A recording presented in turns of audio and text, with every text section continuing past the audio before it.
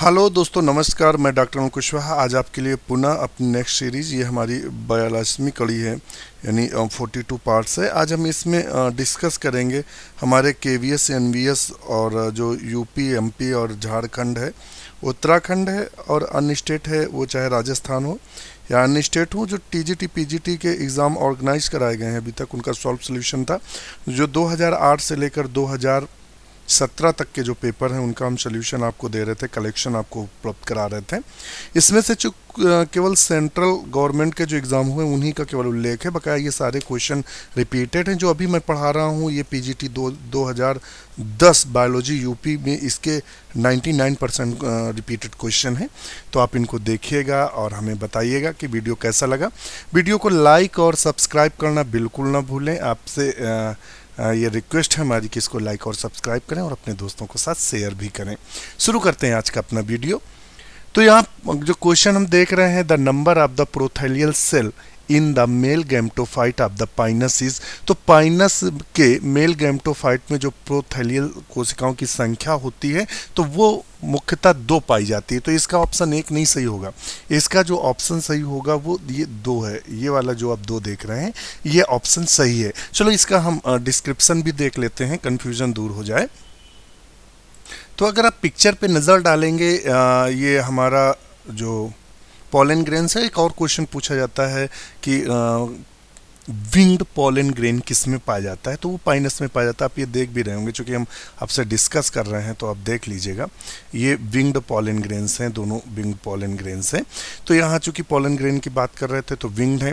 अब जब ये जर्मिनेट होता है तो आप यहाँ देखिएगा, ये तो अभी आप पूरा नहीं देख रहे, यहाँ आप देखिएगा, यहाँ प्रोथैलियल सेल की संख्या 1 और 2, ये 2 प्रोथैलियल जो सेल्स हैं उनकी संख्या यहाँ कितनी बताई गई है, 2 प्रोथैलियल सेल्स हैं। जबकि जो आंसर में वहाँ 1 है तो वो गलत है, प्रोथैलियल की संख्या 2 होगी। नेक्स्ट क्वेश्चन देखते हैं हमारा कौन सा है, ट्रांसफ्यूजन टिश्यू अकर इन। तो जो संचरण ऊतक पाया जाता है तो साइकस का जो लीफलेट होता है उसमें पाया जाता है। ट्रांसफ्यूजन टिश्यू क्या होता है, चलो इसकी भी चर्चा कर लें जिससे आप कभी भूलें ना। तो अगर नज़र डालेंगे transfusion tissue in gymnosperm leaf, transfusion tissue is universal in leaves of gymnosperm. ये यूनिवर्सल रूप से यानी सार्वभौमिक रूप से जिम्नोस्पर्म की लीफ में पाया जाता है। It is composed of 3 kinds of cell. इसमें 3 प्रकार की कोशिकाएं होती हैं। एक तो मोटी जो थिक वॉल्ड ट्रैकिड्स हैं, parenchyma and albuminous cells, 3 cells का बना होता है। तो भी क्वेश्चन पूछ सकते हैं कि जो ट्रांसफ्यूजन टिश्यू होता है वो कितनी कोशिकाओं से बना होता है, तो 3 प्रकार की कोशिकाएं होती हैं। और ये यूनिवर्सल लीव्स ऑफ जिम्नोस्पर्म, यानी जिम्नोस्पर्म में ये यूनिवर्सली पाया जाता है, खासकर साइकस की लीफ में। चलिए हम आपको इसका पिक्चर भी दिखा दें जिससे आप कंफ्यूज ना हो। ये आप पिक्चर देख रहे हैं जिम्नोस्पर्म की लीफ की जो टीएस है उस पर आप देख रहे हैं। तो ये देखिए, ये जो एरिया है ये इसको हम ये एरिया जो ट्रांसफ्यूजन टिश्यूज़ के नाम से जानते हैं, ये एरिया जो ट्रांसफ्यूजन टिश्यूज़ है ये एसेसरी ट्रांसफ्यूजन टिश्यूज़ हैं। तो आपने देख लिया होगा कि ये साइकस की लीफलेट है जिसका सेक्शन है जिसमें हम आपको ट्रांसफ्यूजन टिश्यूज़ दिखा रहे हैं। ये एरिया जो है ये ट्रांसफ्यूजन, देखिए लिखा भी है ट्रांसफ्यूजन टिश्यूज़। तो ये ट्रांसफ्यूजन टिश्यूज़ है, ये इसके एसेसरीज ट्रांसफ्यूजन टिश्यूज़ हैं और ये मेन ट्रांसफ्यूजन टिश्यूज़ हैं। तो मुझे लगता है आपको समझ में आ गया होगा। चलिए नेक्स्ट क्वेश्चन है, the connecting link between the cycas and conifers is the. तो वो गिंगो बाइलोबा होता है, वो कनेक्टिव लिंक है दोनों के बीच का। नेक्स्ट देख लेते हैं क्वेश्चन क्या है।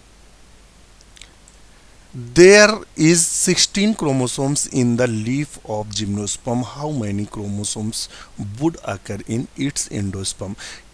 ये बात किसकी कर रहा है, तो पहले देख लेते हैं जिम्नोस्पर्म की बात कर रहा है। किसकी बात कर रहा है, जिम्नोस्पर्म की। तो एंजियोस्पर्म के जो एंडोस्पर्म होते हैं, तो एंजियोस्पर्म के जो एंडोस्पर्म होते हैं वो ट्रिप्लॉइड होते हैं, यानी 3n होते हैं। जबकि जो जिम्नोस्पर्म के एंडोस्पर्म होते हैं तो हैप्लॉइड होते हैं। तो हैप्लॉइड का मतलब क्या हुआ, लीफ कैसी है, जो प्लांट होता है सेप्रोफाइट होता है, 2n है। अभी जब ये 2n है तो इसका हैप्लॉइड एंडोस्पर्म होगा तो 2n का आधा कितना होगा, यानी 16 का आधा कितना हुआ, 8। तो ऑप्शन ए सही है। चलिए नेक्स्ट क्वेश्चन देखते हैं, dog lichen is the common name of. तो डॉग लाइकेन किसका कॉमन नेम है, तो इसकी चर्चा कर लेते हैं, देख भी लेते हैं। जो पल्टीजरा है is the genus of approximately 91 species in folios lichen. जो पेल्टीजेरा है वो उसके 91 स्पीसीज हैं और ये हम आपको बता दें फोलियोज लाइकेन्स है। Commonly known as the dog lichen of the Peltigera of the often terricolous growing on the soil. देखिए जो टेरिकोलस बोलते हैं वो जो सॉइल में उगते हैं, but can also occur on moss tree rock and many other substrates in many parts of the world. चलिए मुझे लगता है समझ में आ गया होगा। नेक्स्ट है the basis of division of family Leguminosae into 3 सब फैमिलीज। तो तीन जो सब फैमिली कुल 3 उपकुलों में बांटने का आधार था। तो इसमें क्या था, कोरोला एंड एंड्रोसियम जो था, कोरोला और एंड्रोसियम जो था उसके आधार पे ही इनको बांटा गया है। किसके आधार पे बांटा गया है, कोरोला और एंड्रोसियम के आधार पर इनको बांटा गया है। ये देखिए एस्टिवेशन ऑफ सीपल एंड पेटल्स नहीं होगा, क्योंकि जो इसमें से सेपल्स हैं उनका कोई महत्व नहीं, सिर्फ पेटल्स का महत्व है। आपने देखा होगा इनको 3 भागों में बांटा गया था, एक मिमोसाइडी थी और एक सीजल पुनोइडी थी और एक पेप्लियोनेसी थी। 3 लेग्यूमिनेसी को 3 में बांटा गया है। तो मिमोसाइडी में जो आते हैं तो वो उसमें वो आते हैं आपके बबूल वगैरह है या छुई मुई है, जिसे मिमोसा पुडिका बोलते हैं, वो आते हैं। सीजल पुनोइडी में जो आते हैं तो इसमें आते हैं कचनार वगैरह आता है। और उसे पेप्लियोनेसी में तो जानते ही हैं आप सब, दाल वाले पौधे आते हैं। तो ये आप समझ लीजिएगा। चलिए नेक्स्ट देखते हैं the largest family among the following is. तो सबसे लार्जेस्ट फैमिली तो कंपोस्टी है। कौन है, कंपोस्टी। तो कंपोस्टी का जो नाम नया रखा गया है एस्ट्रेसी है।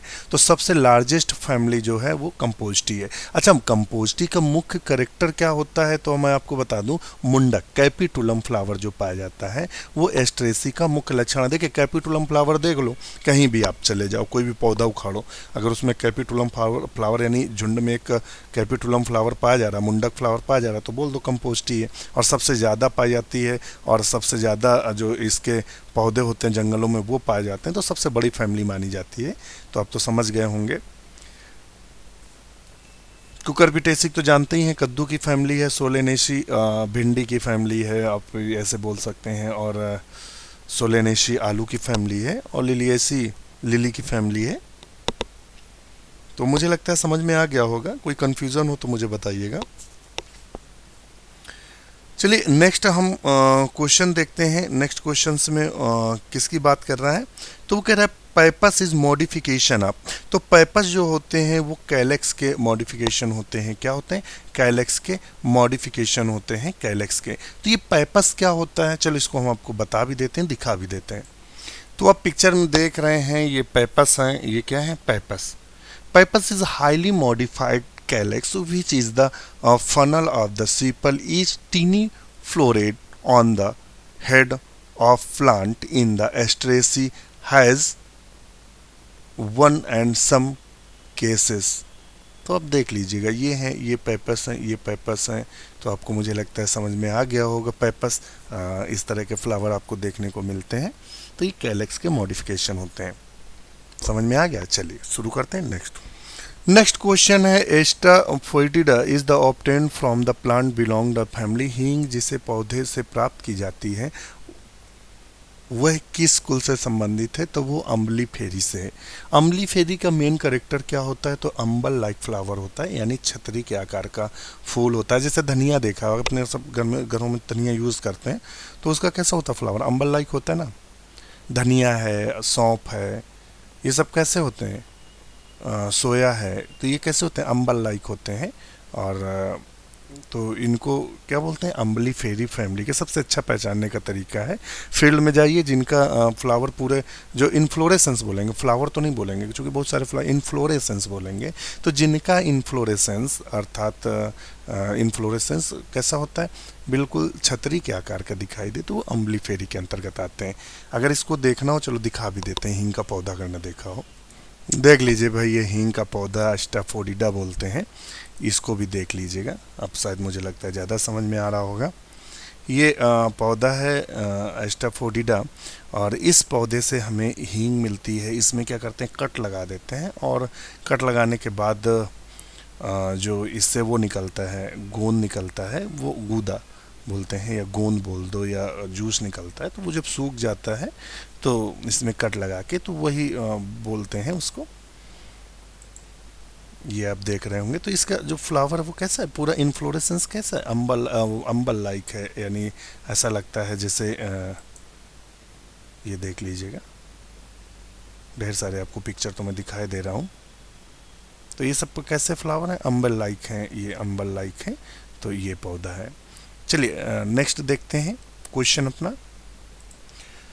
जो from which part of the paper plant is opium obtained. तो ओपियम अफीम प्राप्त की जाती है। तो जिससे कच्चे फल होते हैं उसमें हम कट लगा देते हैं, और कट लगाकर उससे जो दूध निकलता है, वो दूध जब सूख जाता काला होता है तो उसे हम अफीम के नाम जानते हैं। और इसका जो फल होते हैं जब वो सब निकाल लिए जाते हैं, जब फ्रूट बचते हैं तो उसे बोड़ी बोलते हैं, लोग फुला कर पीते हैं उसको। तो ध्यान रखिएगा। और ये मेडिसिन के भी काम से आती है, लैक्सेटिव होती, सॉरी ये क्या होती है, आपको नींद लाने में मदद करती है।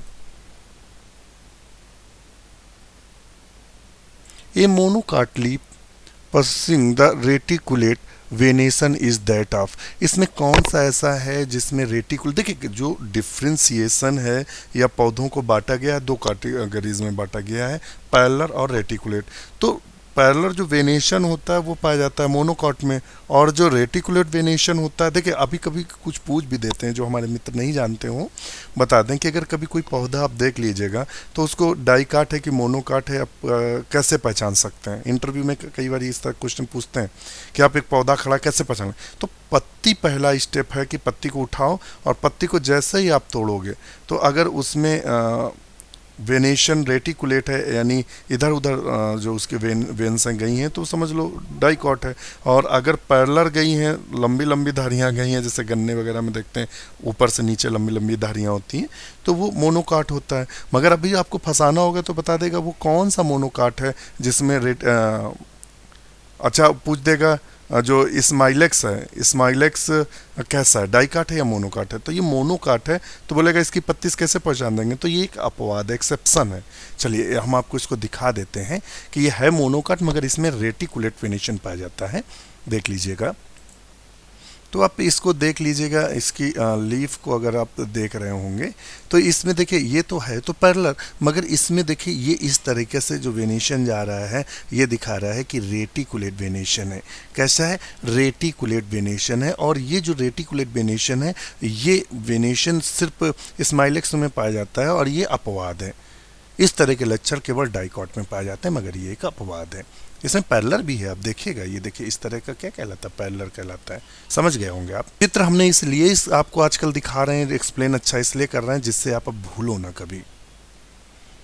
ये देखिएगा, अभी हम मोनोकॉट डाइकॉट बता रहे थे, तो ये देखिए पैरेलल वेनेशन है, पैरेलल लंबी लंबी धारियाँ हैं, तो ये मोनोकॉट के लक्षण है। और इसमें कैसे हैं, ये इस तरह के वेनेशन से रेटिकुलेट बोलते हैं, तो डाइकॉट है। चलिए समझ में आ गया होगा। तो दोस्तों आज के लिए इतना ही। हमारा वीडियो कैसा लगा कमेंट्स करके ज़रूर बताइएगा। आपके कमेंट्स से हमें एनर्जी मिलती है। देखिए आपके कमेंट्स करते हैं तो बॉन्डिंग बनती है, हमें भी लगता है कुछ अच्छा करें, कुछ दोस्तों के साथ शेयर करें। अगर आप कमेंट्स नहीं करते हैं तो कभी कभी मन भी लगता है यार क्या फालतू में परेशान रहता हूँ, वीडियो बनाओ और अपना टाइम भी किल करो, तो उतने समय दूसरे काम किए जाएं। तो मगर आपका वो प्यार है, आप कमेंट्स करते हैं, लाइक करते हैं, सब्सक्राइब करते हैं, दोस्तों शेयर करते हैं, तो अच्छा भी लगता है। और आप सब मेहनत करिएगा, एक दिन में तो कुछ नहीं होना है। अब अगर कोई वैकेंसी आती है तो 10 दिन या महीने भर 2 महीने पढ़ने से कोई भी नौकरी नहीं मिलती। और एक बता दें कि इसके नंबर आप पोस्टें तो इतनी होती नहीं, तो इसकी मेरिट 2-4 क्वेश्चनों से ही रुकती है। सब पास होते हैं मगर 2-4 क्वेश्चनों से ही सिलेक्शन रुकता है। तो अपनी तैयारी बनाए रखिएगा, हमारे साथ जुड़े रहिएगा। नमस्कार, धन्यवाद, शुभ रात्रि।